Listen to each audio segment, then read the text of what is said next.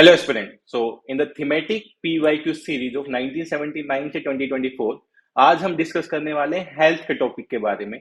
इसमें हम पहले भी 2 वीडियो बना चुके हैं। अगर आप नहीं देखे वीडियो तो आप यूट्यूब में देख सकते हैं, एडुकेमी चैनल पे जाकर। इस थीमेटिक सीरीज का आपके लिए क्या फायदा है, यहाँ पे हम लोग डिस्कस कर रहे हैं पीवाईक्यू सीरीज 1979 से 2024 का।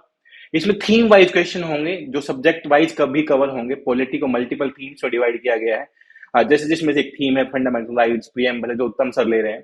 मैं साइंस एंड टेक्नोलॉजी की सीरीज और इकोनॉमी का सीरीज यहाँ पे ले रहा हूँ। स्पेसिफिकली आप देखोगे साइंस एंड टेक में हमने बायोटेक को कवर किया, हमने हेल्थ को कवर किया, हमने आईसीटी को कवर किया। तो इस तरीके से आप देख सकते हैं कि आप किस एरिया में इलेक्ट करते हैं ना स्पेसिफिकली, तो वो बहुत जरूरी है। यूपीएससी प्रिपरेशन में आपको जानना जरूरी होता है कि किस एरिया में आप लोग वीक हैं। तो आप वीक एरिया को आइडेंटिफाई करेंगे, उसको रिजोल्व करेंगे, तो आपके लिए बहुत हेल्पफुल हो जाएगा। इसके साथ साथ आप अटेम्प्ट कर सकते हैं टेस्ट को एडुकेमी के पोर्टल पे जाके, जिसका लिंक डिस्क्रिप्शन में गिवन है। और एडुकेमी के जीएस क्लास नोट्स आप कमेंट सेक्शन के लिंक से जाके डाउनलोड कर सकते हैं। We can assure you these are the one of the best notes available in the market, तो आप वो भी फॉलो कर सकते हैं। ओके, तो let's start with the series. आज हम बात करने वाले हैं हेल्थ सीरीज के बारे में। हेल्थ के पीवाईक्यू 1979 के 2024 we are going to discuss here. This is the part 3 of the health video. Okay, so let's see the first question. The first question is related to the blood grouping was discovered by. This is a very factual question. Question was asked in the 2004 approximately. So the blood group is discovered by. तो यहाँ पे हमें बताना है कि specifically the scientist name who discovered the blood group के बारे में। तो सिंपल फैक्चुअल क्वेश्चन इसके बारे में। The Landsteiner was the person who discovered the blood group. तो सिंपल सा फंडा है, आपको ये याद रखना है कि Landsteiner was the person who discovered the blood group. लेकिन अभी इस तरीके के क्वेश्चन नहीं आ रहे। Now they are asking the more like a analytical question, not a much factual, mainly related to the scientist. Okay, the answer of question number 1 is 1. Now, let's move to the question number 2. The question number 2, a good source of vitamin A is. A good source of vitamin A हमें बताना है।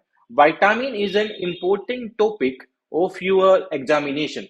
Vitamin हम आपके syllabus में directly भी given है vitamin में। तो हमने देखा कि एवरी ईयर और एवरी 2-3 ईयर्स में यूपीएससी विटामिन पे क्वेश्चन पूछता है और कंटिन्यूसली रिपीटिशन है विटामिन के क्वेश्चंस का। तो एक गुड सोर्स ऑफ विटामिन है, बहुत सिंपल सा फंडा, carrot is an answer of it. Carrot is a good source of vitamin A. इसमें रेटिनोल होता है। Retinol is a component that is present in the vitamin A, और ये आपकी आईज के लिए इंपॉर्टेंट होता है रेटिनोल, एंड द स्किन के लिए भी ज्यादा इंपॉर्टेंट होता है। It's a good source of vitamin A. Now, let's come to the question number 3. Before going to the question number 3, हम अपना प्रीलिम सपोर्ट प्रोग्राम स्टार्ट कर रहे हैं 2025 के लिए। प्रीलिम सपोर्ट प्रोग्राम में हम प्रैक्टिस टेस्ट एनालिसिस शीट कराते हैं, मैराथन सेशन कराते हैं, जहाँ लंबे टाइम तक हमारे साथ बैठते हैं। बुक रीडिंग सेशन हम कराते हैं। हम बुक रीडिंग सेशन में किस बुक को किस तरीके से पढ़ना है, किस टॉपिक पे आपको पार्टिकुलरली फोकस करना है, रिवीजन सेशन हो गए। इसके साथ साथ हम आपको UPSC mix test, sectional test, UPSC mix test means CDS, CAPF, EPFO के जो इंपॉर्टेंट क्वेश्चन है, जियो साइंटिस्ट के जो इंपॉर्टेंट क्वेश्चन है, वो आपको क्लास में ही करा दिए जाते हैं, ताकि यूपीएससी उन्हीं क्वेश्चन का कुछ रिफॉर्म करके वो आपसे पूछा जाता है। इसके साथ साथ हम आपको करंट अफेयर्स का पूरा सपोर्ट देते हैं। ऑलमोस्ट 25 to 30 क्लासेस होती हैं, जहां पे स्पेसिफिकली अप्रैल 2024 से अप्रैल 2025 का कंप्लीट करंट अफेयर कराया जाता है। टेस्ट डिस्कशन है, प्रयास ऑल इंडिया मॉक टेस्ट है, जहां पे आप अपने पीयर ग्रुप के साथ देखते हैं कि आप किस एरिया में और किस एरिया में लैग करते हो, आपको अटेम्प्ट करने में क्या इश्यू है, आप अपना स्कोर चेक करते हैं। ऑल इंडिया लेवल पे मोर देन 1000 ऑफ स्टूडेंट इसको अटेम्प्ट करते हैं। सो ये प्रयास के बारे में, तो आप इसको ज्वाइन कर सकते हैं, जो स्टार्ट होने वाला है। प्रीलिम सपोर्ट प्रोग्राम December 9, 2024 से स्टार्ट होने वाला, और ये कंटिन्यूअसली चलेगा till the your examination. Okay, so what are the USP of the prelim support program? Prelim support program में लास्ट ईयर 2024 में 45% ऑफ एनरोल्ड स्टूडेंट क्वालिफाई किया था पीएसपी प्रोग्राम को। 50% ऑफ क्वेश्चन डायरेक्टली अपीयर हुए थे specifically. तो अगर आप देखोगे कि 50% क्वेश्चन डायरेक्टली अपीयर होना किसी टेस्ट से, this is a good thing.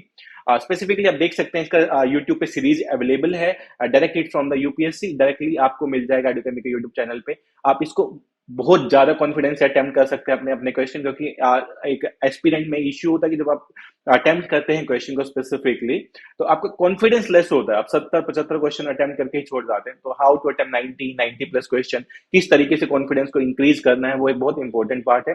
तो यहाँ पे आपका कॉन्फिडेंस भी इंक्रीज होता है। Your confidence will be rise up here, confidence, and your accuracy will also increase. आपका accuracy भी increase होगा, and you can see here the enrolled 45% of the student qualified the prelims, and more than 50% of the question directly appear in the examination. Means this is a very good thing about a test series, and it's a support program. It's not only a simple test series. तो आइए चलते हैं next question पे। Next question is about the fetus development in the woman womb can be ascertained by. Foetus development आपके घर में भी mother हैं या आपके कोई सिस्टर है जो प्रेगनेंसी से गई हैं, तो प्रेगनेंसी के टाइम पे सबसे पहले डॉक्टर रिकमेंड करते हैं अल्ट्रासाउंड के बारे में. अल्ट्रासाउंड की they need to check it out कि यस फीटस डेवलपमेंट किस स्टेज में है. And this ultrasound is done at every trimester, कि हर ट्राइमेस्टर, हर 3 महीने बाद क्या डेवलपमेंट है चिल्ड्रन में, क्या डेवलपमेंट है, जो फीटस डेवलपमेंट है उसमें क्या है. तो the answer is here B. So the answer of this question is B here. तो आपको पता लग जाता है किस एरिया में क्या डेवलपमेंट है in the case of the foetus. तो answer is B here, the ultrasound. Now let's move to the question number 3. मैं आपको याद दिला दूं, we are launching a PSP programme from the 9th of December 2025. आप उसको join कर सकते हैं. ELISA test is prescribed for ELISA, enzyme linked immunosorbent assay, is known as ELISA. This is the full form of ELISA. In the case of the ELISA, AIDS और HIV को determine करने के लिए होता है. It's a simple test. Like in the 2023, UPSC asked about the Bolbachia method. 2023 में UPSC ने Wolbachia method के बारे में पूछा है. तो एलिसा टेस्ट पहले पूछा था. Pattern of the question is same. 2006 में क्वेश्चन पूछा है, तो पैटर्न इज सेम लाइक 2023. यहाँ पे एलिसा टेस्ट का पूछा है, 2023 में इन्होंने वोल्बाचिया मेथड का पूछा है, तो वो आपको पता होना चाहिए. So the answer of this question is AIDS and HIV के लिए एलिसा टेस्ट का यूज किया जाता है. Now let's move to the question number 5. The question number 5 about the cure of which of the following disease exist. हमने part 1 और part 2 में hepatitis B का बात करा. In the hepatitis B vaccination is available, means the cure of the hepatitis B is available. अगर hepatitis B का cure available है specifically, तो we can mark here directly the B. Answer is B here. Answer is B here, the hepatitis B.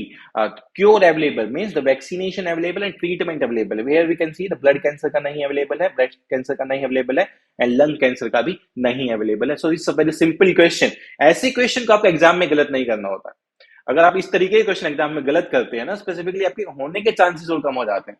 तो you should focus on how to attempt the question paper, और जो बहुत easy L1 kind of question है उनको तो बिल्कुल गलत नहीं करना है आपको specifically. Okay, now let's move to the question number 6. The question number 6 is again related to the vitamins. Vitamins का क्वेश्चन ये 5वीं बार रिपीट हुआ इन द लास्ट 3 सेशंस. तो आपको देख सकते हैं कि विटामिन यूपीएससी कितने बार क्वेश्चन पूछता था बिफोर 2014. अब इसको दूसरे फॉर्म में पूछा जाता है सिंगल विटामिन्स के बारे में, या मल्टीपल स्टेटमेंट में एक स्टेटमेंट ऐड कर दी जाती है. तो this question the answer is B. तो आप खुद से भी देख सकते हैं, we discuss multiple time this question. Now let's come to the question number 7. The triple antigen vaccine is given to the children to protect them against. ये important question है. मिशन इंद्रधनुष जो गवर्नमेंट ऑफ इंडिया चलाती है specifically vaccination के लिए. Mission Indradhanush, the government of India run this mission for the vaccination. उस mission इंद्रधनुष में directly mention है कि किस किस तरीके की वैक्सीन यूज होती है for the different kind of the disease like polio, whooping cough, contagious disease के साथ क्या क्या यूज होता है. The answer of this question is whooping cough. Whooping cough एक ऐसी डिजीज है जहां पे ट्रिपल एंटीजन वैक्सीन को यूज किया जाता है to protect them against the whooping cough. तो ट्रिपल एंटीजन वैक्सीन हम वुपिंग कफ में यूज करते हैं. So the answer of this question is B here. तो पोलियो आंसर नहीं होगा, कंटेजियस डिजीज आंसर नहीं होगा, none of the above. Contagious disease बहुत सारी डिजीज, कंटेजियस डिजीज की बहुत सारी डिजीज में, सब डिजीज में ट्रिपल डिजीज का ट्रिपल एंटीजन वैक्सीन यूज किया जाता है. ऐसा नहीं है कि कंटेजियस डिजीज बहुत डाइवर्स टर्म, बहुत बड़ा टर्म हो गया, तो आप इसको एलिमिनेट कर सकते थे. Okay, now let's move to the question number 8. The question number 8, the final product of the photosynthesis. UPSC ने 2022 में भी क्वेश्चन पूछा है related to the final products के बारे में. फोटोसिंथेसिस रिलेटेड टर्म्स भी पूछे जा रहे हैं. तो जब भी फोटोसिंथेसिस की बात होती है तो हमें पता है कि प्लांट हमें ऑक्सीजन प्रोवाइड करते हैं. Plant provide oxygen to the human beings. Carbon dioxide लेते हैं, ऑक्सीजन को प्रोवाइड करते हैं, एक्सेप्ट द फ्यू प्लांट्स जो कार्बन डाइऑक्साइड रिलीज भी करते हैं. ओके, तो the answer of this question is oxygen. The final product of the photosynthesis oxygen. यहाँ पे आपको अपना मेनली बेसिक्स को अप्लाई करना होता है कि आपके बेसिक्स कितना स्ट्रॉन्ग है एंड आपका जनरल नॉलेज कितना है. Because you are reading the general study, तो वहां पे आपको अपनी जनरल नॉलेज को भी अप्लाई करना होता है before giving the answer. Okay, now let's moving the question number 9. Question number 9 is about the AIDS. अभी हमने देखा कि वैक्सीनेशन किसके लिए अवेलेबल है, एलिसा टेस्ट किसके लिए होता है, एड्स के लिए होता है ना. The question is repetition in the another form. In the initial question they ask about the ELISA. Now they are asking about the AIDS directly. AIDS is caused by virus carried by blood fluid, blood and serum, found mostly in the males, found mostly in the homosexual. ये दोनों option same है. This is like a second option, this is the third option, and this is the fourth option. So the answer of which of the following statements are not correct, कौन सा correct है, कौन सा correct नहीं है. तो found only in the males, this statement is not correct. Found mostly in the males ऐसा नहीं है, females में मिलता है, homosexual में मिलता है, लेकिन mostly in the homosexual में मिलता है. तो answer will be the 1, 2 and 4. The 1, 2 and 4 statement are correct here. So AIDS specifically caused by the virus, yes. Body fluid के transfusion की वजह से होता है, yes. It's mainly in the homosexual होता है. The 1, 2 and the 4 are correct here. Okay. Now let's move to the question number 10. The genetic codes can be translated through an intermediate adaptive molecules. So in the process of translation, translation is the process of the photosynthesis. जब हम translation की बात करते हैं तो हम protein synthesis की बात करते हैं. In the case of translation, we talked about the protein synthesis. Protein synthesis. सबसे पहले DNA से RNA बनता है. RNA से we can say the double-stranded DNA. Then the process of protein synthesis. In process of protein synthesis, specifically 3 type का RNA involved होता है. One is the transfer RNA, second is the ribosomal RNA, and third is the messenger RNA. So these 3 type of RNA involved. But the intermediate adaptive molecule कौन सा है? Translated through an intermediate adaptive molecule, that is the messenger RNA. So messenger RNA के through जो codons हैं, codons are the 3 codons like the ATCG, जिसमें 3 बने होते हैं. TCG हो सकते हैं, ATC हो सकता है. These are the thymine, adenine, guanine, cytosine, thymine. These are the names of these codons. So 4 codons से multiple pairs बनाए जाते हैं. तो 64 codon के pair होते हैं जो अलग-अलग यूज होते हैं. Okay, so question number 10, answer is B here, and this question is can be asked in the 2025 as well because of relevance of this question. ऐसा नहीं है कि question कभी भी पूछा जा सकता है. तो आपको basics of science and technology आपके लिए ब्रश अप होना चाहिए, आपको याद होने चाहिए बेसिक साइंस एंड टेक्नोलॉजी क्या है. तो मैं आपको याद दिला दूं, we are launching a PSP 2025 program and this is the most successful program in the industry. तो आप ज्वाइन कर सकते हैं एडुकेमी का प्रीलिम सपोर्ट प्रोग्राम, जिसका लिंक डिस्क्रिप्शन में गिवन है. Okay, so let's move to the question number 11. Bile is secreted by. It's a very simple question. This is I can say it's a L1 question. Directly question है आपकी book NCERT book से भी और basic पता भी होता है human physiology के बारे में.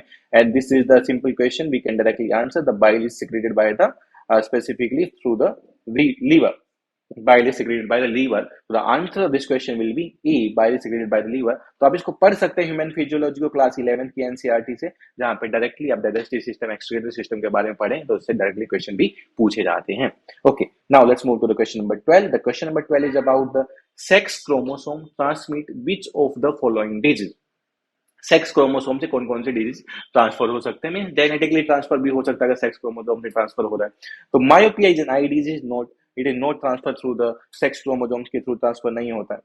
Clear blindness is a disease that transfer through the sex chromosome. So the answer is B. Long sightedness, hypermetropia, and night blindness is not through the sex chromosome. Only the clear blindness that's transferred through the sex chromosome. So the answer of this question is B. And this is also the your basics of science.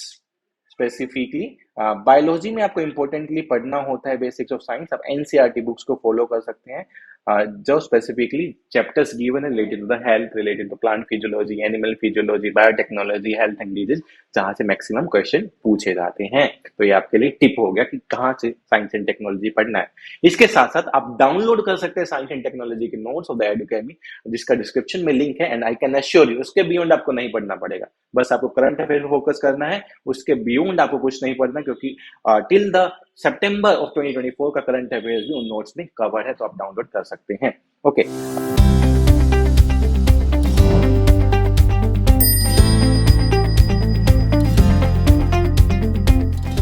So what is the pro mentor tip in the case of the health topics में आपको कहां पे focus करना होता है. In the case of the health topic, you should focus on the new discovery in the case of the health. AI का कहाँ पे यूज हो रहा है, न्यू वैक्सीन्स कहाँ पे बना है, किस तरीके का वैक्सीन बना है. अगर आप देखोगे during the COVID time they ask a question related to vaccination, different type of the vaccine, the messenger RNA vaccine, DNA vaccine, protein vaccine के बारे में उन्होंने पूछा, क्योंकि उस टाइम पे वो डेवलपमेंट हुआ.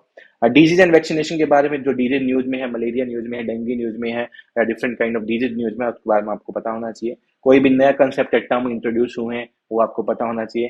आर्टिफिशियल इंटेलिजेंस का हेल्थ में क्या रोल है वो आपको पता होना चाहिए, और आपको जेनेटिक डिजीज के बारे में पता होना चाहिए। These are the very important area of the health science के बारे में क्वेश्चन डायरेक्टली पूछे जाते हैं। लाइक 2022 में they ask about the hepatitis, उससे पहले उन्होंने हीमोफीलिया के बारे में पूछा है, उसके बाद 2023 में उन्होंने डेंगू के बारे में पूछा है इनडायरेक्टली क्वेश्चंस, तो आपके लिए इंपॉर्टेंट हो जाता है। तो आप ज्वाइन कर सकते हैं एडुकेमी का प्रीलिम्स स्पोर्ट प्रोग्राम जो 9 दिसंबर 2025 से शुरू हो रहा है, जिसका लिंक डिस्क्रिप्शन में गिवन है। Okay, so we will meet in the next video of the health, the part 4 of the health video कि किस तरीके का ट्रेंड यूपीएससी के पहले के क्वेश्चंस में था वो हम डिस्कस करेंगे।